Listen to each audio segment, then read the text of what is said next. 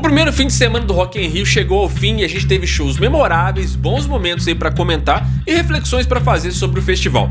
Vamos falar do que rolou nos dias 14 e 15 no Rock in Rio, que a gente pode chamar de Pop in Rio, de dia do rock, já que o primeiro dia foi o dia do trap? Eu acho que sim, né?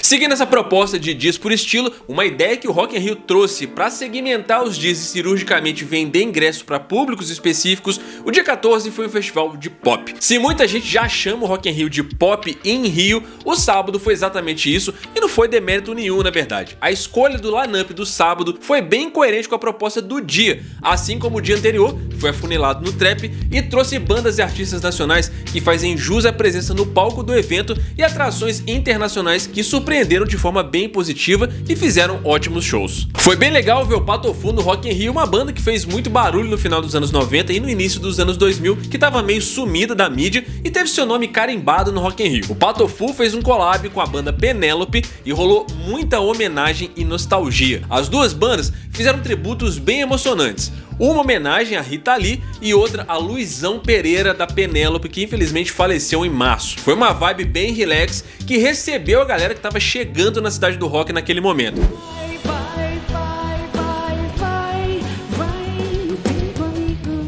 Foi uma mistura assim de nostalgia dos anos 90 com os anos 2000, que foram momentos de auge das duas bandas. O palco Sunset geralmente já tem essa proposta mesmo, né, de fazer collabs e tal, e essa aí foi bem natural. Nesse clima de fazer jus ao palco do festival, o Lulu Santos, que é um grande nome da música brasileira, continuou no mesmo ritmo. Foi ele que abriu o palco mundo e no auge dos seus 71 anos, ele fez um show muito bom, homenageando inclusive grandes artistas como Tim Maia, quando ele tocou Descobridor dos Sete Mares. O set dele estava cheio de clássicos correndo pelos mais de 40 anos de carreira que ele tem. Mesmo com uma bagagem de ter lançado alguns álbuns mais contemporâneos, ele que subiu no palco do Rock in Rio de 1985, brindou o público com um repertório focado nos clássicos do passado, o que agradou demais quem estava por lá. Aliás, ele chegou a mencionar que em 1985 ele estava mais nervoso com a grandeza do Rock in Rio e que dessa vez ele pôde aproveitar melhor o show, já que agora, mais maduro, ele estava mais tranquilo no palco. Ele ainda contou com a participação do Gabriel Pensador, que na minha opinião, já passou da hora de darem um show só pra esse cara no Rock in Rio, hein? Eles tocaram Astronauta e Cachimbo da Paz juntos, que são grandes clássicos aí dos anos 90.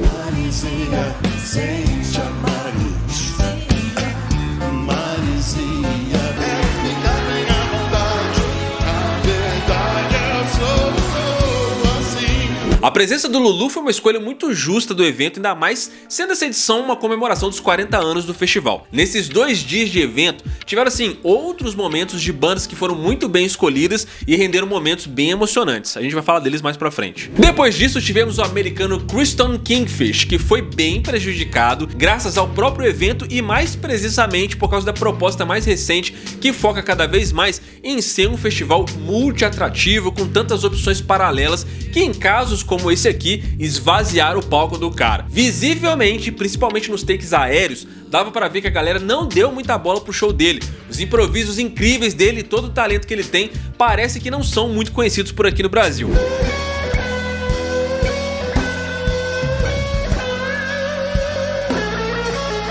Mas até mesmo aí uma nota da Folha de São Paulo diz que esse dia aí foi um dia de festival de música pra quem não gosta de música, porque tinham tantas outras coisas pra que o público se desconectasse dos palcos, que as selfies e as outras atrações parecem ter chamado mais a atenção do público nessa hora. Então, mesmo tendo ganhado um Grammy e ser considerado uma das maiores revelações do blues contemporâneo, o cara ficou muito vendido nesse dia, apesar de eu achar que foi uma boa escolha e que fez sentido com a proposta do Rock in Rio. Isso só prova que o evento de fato tá investindo assim bastante no que é periférico dentro da programação e não necessariamente nas atrações com foco na música. Já foi até anunciado que para 2028 os Medina estão planejando um complexo chamado Imagine, que vai ter até montanha russa, um anfiteatro com capacidade para 40 mil pessoas, hub criativo com pista de patinação no gelo, resort e torre de escritórios. É aquilo, né? Quem reclama que o Rock in Rio não tem mais rock, esquece que esse não é um evento que tem foco nisso. E quanto mais passa, nem a música passa a ser o carro-chefe mais. Uma surpresa muito grata pra mim foi o show da Zara Larsson, que deitou simpatia, carisma e muito talento no palco mundo, hein? Mesmo quem não conhecia se rendeu a sueca, que é muito talentosa, canta bem e trouxe um show que é agradável de ver, mesmo pra quem não curte o estilo dela. Aqui ela provou que ela não é só uma revelação do pop mais, mas que ela já é uma artista completa, que tem bagagem pra segurar um evento de grande porte como esse. O show dela teve um lance legal com uma trend do TikTok com golfinhos pra música Symphony. Rolou também uma participação especial que deu um tempero brasileiro, que foi o do DJ Dennis, que participou do show dela.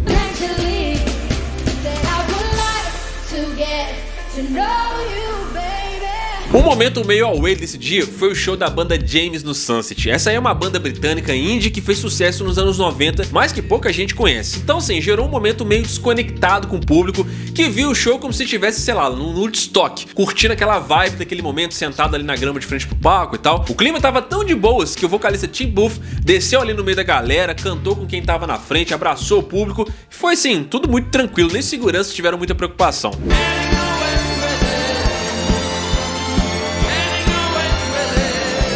E foi com um assovio que o One Republic apareceu no palco mundo logo depois. O Ryan Tedder dominou muito bem o público, que ficou na mão dele o tempo todo, hipnotizado pelo carisma do cara. O set fez a galera se conectar bem com o show deles, com todo mundo interagindo e cantando juntos, levando coros gigantescos e fazendo todo mundo balançar as mãos pra cima, criando aquele mar de ondas no meio da multidão. O Ryan trabalhou como produtor da Anitta durante 4 anos, então ele estava bem por dentro do que era estar no Brasil. O cara inclusive aprendeu um pouquinho de português nesse meio tempo. Um dos pontos altos do show deles foi quando ele cantou um trecho de Halo.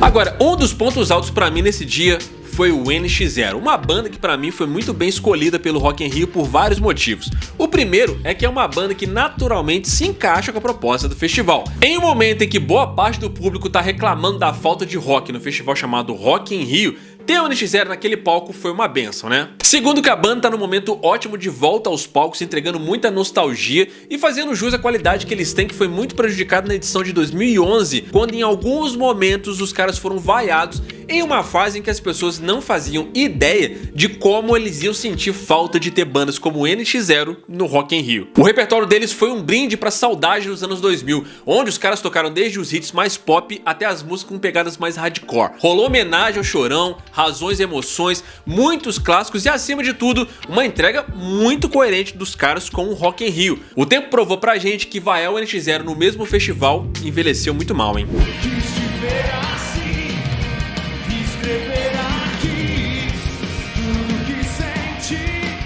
O grande headline desse dia foi o Imagine Dragons, que pra um dia que foi totalmente pop, foi bem coerente e deu conta do recado. Até porque o som deles é feito sobre medida para estádios e grandes festivais, né? Sem muito esforço, os caras dominaram aquela multidão e entregaram um show que impressionou até quem não conhece, e foram muito bem recebidos pelo público brasileiro. O caminho deles até o sucesso aqui no Brasil foi pavimentado com muito papel picado, uma lírica cheia de vulnerabilidade e muito carisma com o público. Já na primeira música do show, em Fire in Those Hills, Dan Reynolds, do alto dos seus 1,93 m, espertão, já mandou logo um "eu amo os cariocas", e aí o público ficou na mão dele, né?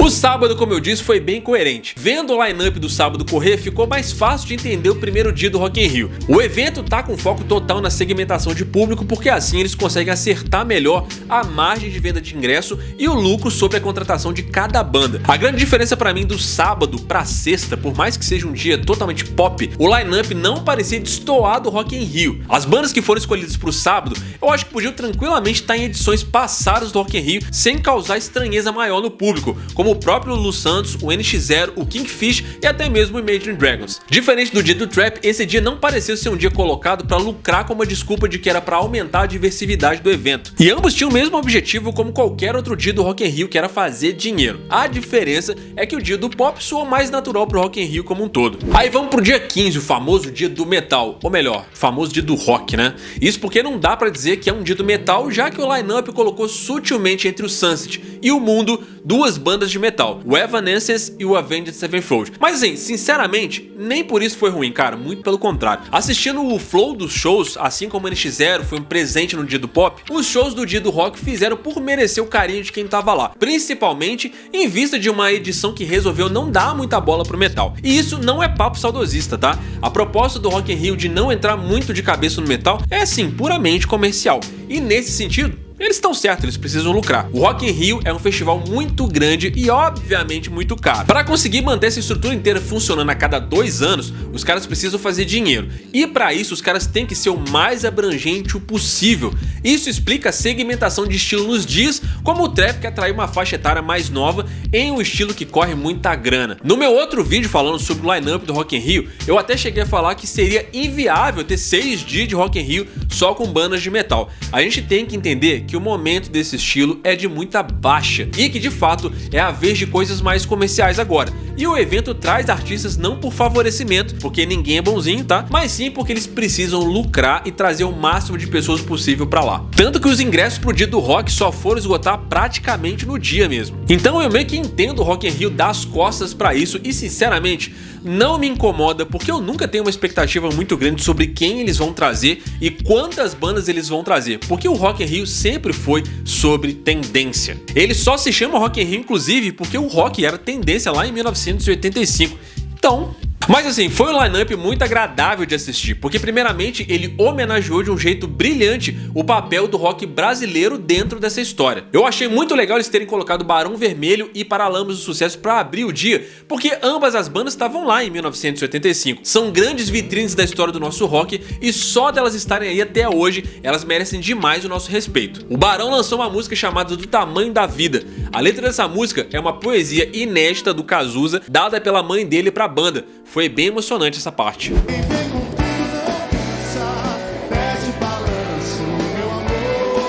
O show do Paralamas do Sucesso também foi bem emocionante, porque ver o Herbert Viana dizer que acima daquelas rodas há um coração, pô, foi lindo, cara. A vantagem de você levar uma banda do calibre do Paralamas é que o repertório dos caras vai chover hit. Não teve uma música mal escolhida nesse set. Foi um sucesso atrás do outro que se conectou com o público o tempo inteiro. Os Paralamas têm só 2 anos a mais que o próprio Rock in Rio, e a tour que eles estão agora comemora justamente a carreira deles, a Paralamas Clássicos. É muito legal ver esses caras no palco, cara, porque é uma banda que superou muita coisa e virou um tesouro valioso da nossa cultura aqui no Brasil.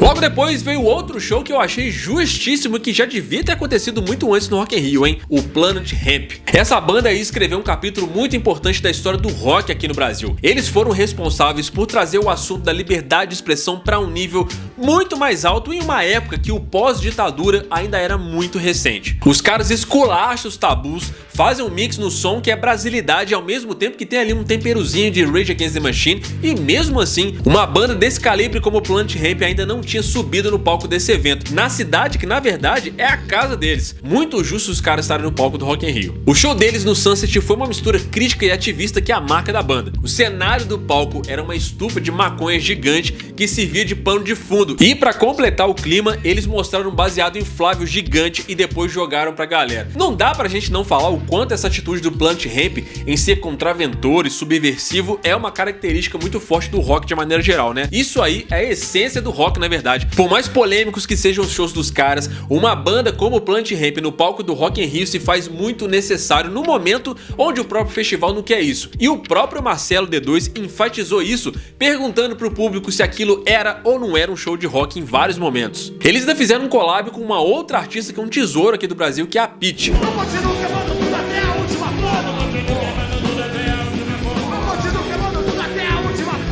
Assim, como eu falei antes, esses 2 dias de Rock in Rio fizeram muito jus ao legado do evento. Apesar de as escolhas ficarem meio ofuscadas pelo evento como um todo, algumas justiças aconteceram por aqui. Um show que eu particularmente esperava muito e tiveram alguns problemas técnicos foi o do Journey. Com o filipino Arnel Pineda à frente da banda, o início do show foi cheio de problemas técnicos, com ele perguntando constantemente pro público se as pessoas conseguiam ouvir ele. Obviamente, o ápice do show que todo mundo tava esperando era Don't Stop Believing, apesar de que Anyway You Want It também agitou a galera. O Journey sofre um pouquinho por causa da ausência do Steve Perry, que tem um carisma impressionante, né?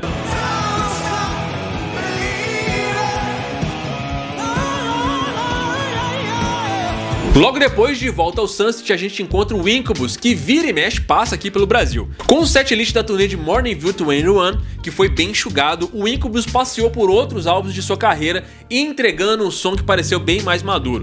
Cada música ganhou aqui uma roupagem mais profunda, refletindo a trajetória da banda e a evolução de seus integrantes. Mas o set não ficou só no repertório próprio, eles também tocaram covers do Phil Collins e até dos Beatles. Os caras se aqueceram para os shows que eles vão fazer aqui no Brasil em 2025. E claro que os pontos mais altos dos shows foram em músicas como Wish You Here e Drive.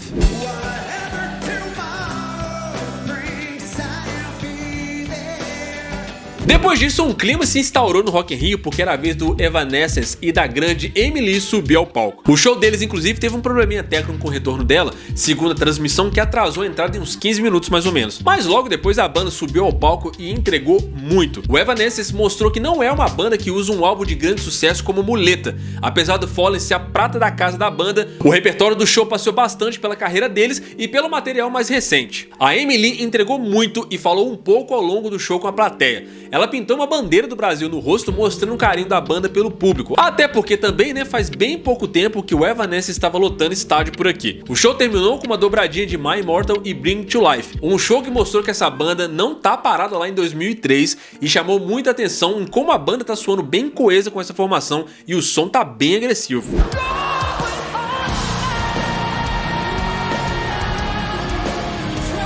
Outro momento emocionante foi o show do Deep Purple. Eu não sei vocês, cara, mas pra mim ter esses caras no palco do Rock in Rio é ver a história passeando bem na sua frente. O Ian Gillan, no auge dos seus 79 anos, à frente da banda, cantando tesouros clássicos do rock. Cara, se você viu isso, guarda no teu coração pra contar pros seus netos. Eles abriram o show com Highway Star e no comecinho do show, o Ian Gillan teve um probleminha com o microfone que deixou a potência vocal da música um pouco aquém do esperado. A equipe deu um jeito antes do fim da abertura, até porque também, uma música do Deep Purple pode dar tempo suficiente para uma equipe ajustar qualquer problema, Aí o show continuou com a qualidade que se espera de um ícone tão grande quanto o Deep Purple. Aliás, outra banda onde a escolha foi muito justa pro palco do Rock in Rio, Muita gente questionou as 5 décadas dos caras e a qualidade deles para subir num palco de um festival tão grande quanto o Rock in Rio, mas foi muito emocionante ver uma banda tão importante pra música fazendo um show como eles fizeram aqui.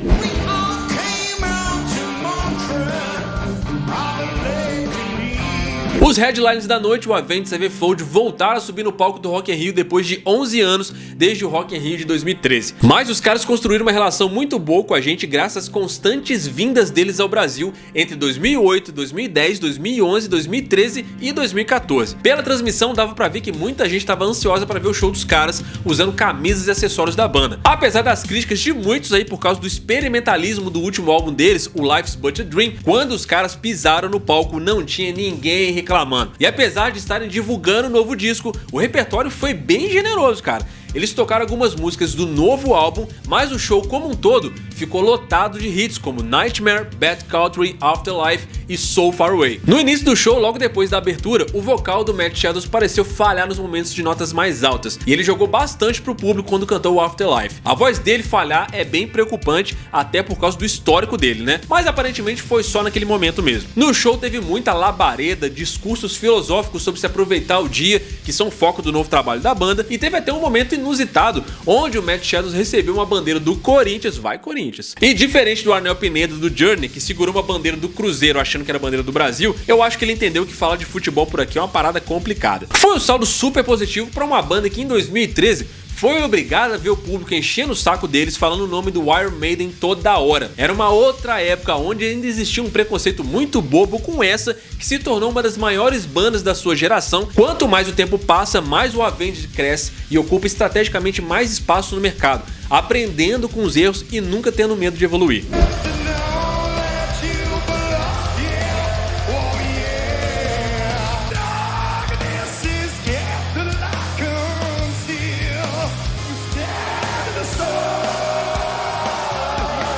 Assim, cara, no fim das contas, foi um salto positivo nesses 2 dias como um todo.